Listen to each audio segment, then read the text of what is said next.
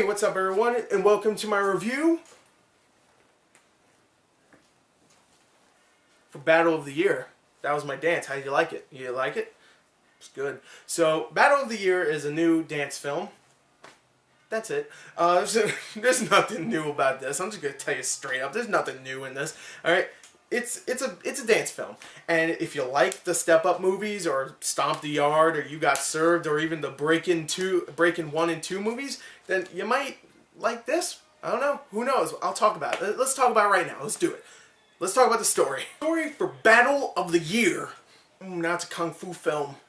Follows Blake, played by Josh Holloway, who is a basketball coach who gets offered a job to be a dance coach by his friend Dante, who is played by Laz Alonso, and he decides, okay, fine, obviously basketball coach and dance coach aren't very different, so I'll do that in the realm of this film. It's not very different, I guess.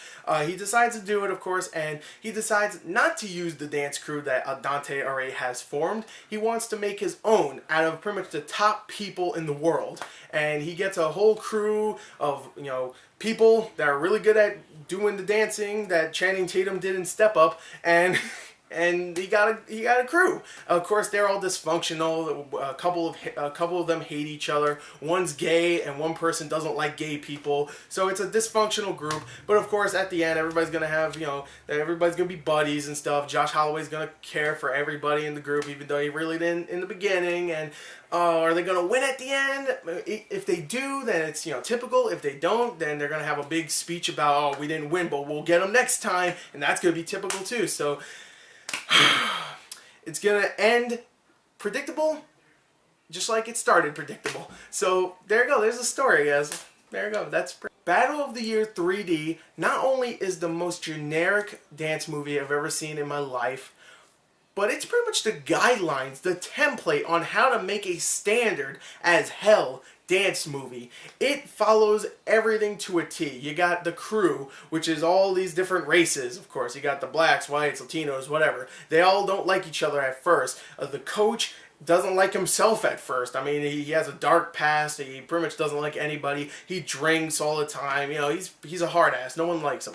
And later on, of course, all these characters, all the people that have problems with one another, you know, they start to like each other. And of course, there's even the Korean villains who hate the Americans. Why? I don't know, because they're Koreans. You have so many generic parts. Hell, there's even a part where one of the best dancers, not best characters, there's really no characters in this film, but one of the best dancers gets injured, so that causes some drama. There's drama everywhere, and you know what's gonna happen to a T. You know exactly what's gonna happen. But you know what? Even though the characters aren't the greatest, and you know the story itself is generic, I had a good time. I'm gonna tell you straight up, I did.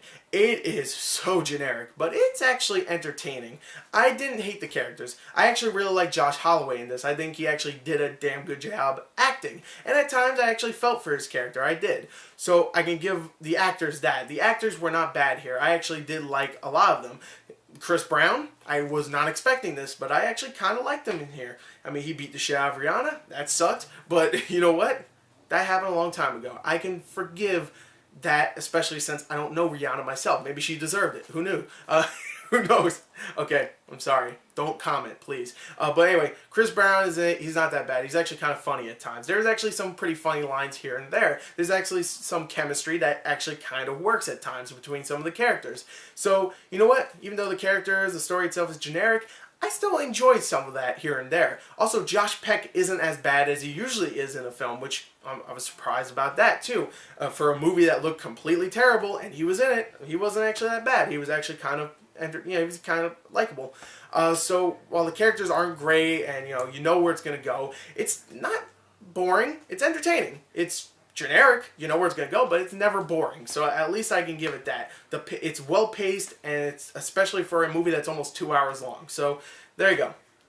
Take that for whatever it's worth. But the main reason why you're gonna go see this film, if you even want to see it at all, is the dancing. And I have to admit, the dancing is very well choreographed, very well shot, and the dancers give it their all. It's some great dancing. It really is. It's very impressive.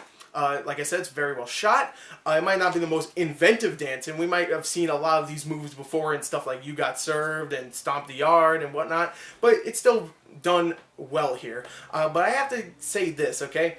The dancing is fine, everything else is blah, but I had some real problems with this film. One is it's just straight up terrible attempts at marketing things. Like, out of nowhere, they'll show a Sony tablet, or out of nowhere, they'll say, hey, look, a PS Vita, or even the director himself, Benson Lee, advertises his own movie that he made years ago, which was a documentary called Planet B-Boy. They call it the freaking Bible of dancing. And he made this film, and he made that film too. So that actually kind of pissed me off. So there is a lot of problems with this film. There are tons. But the dancing's fun, the movie is well paced for the most part, and I like Josh Holloway.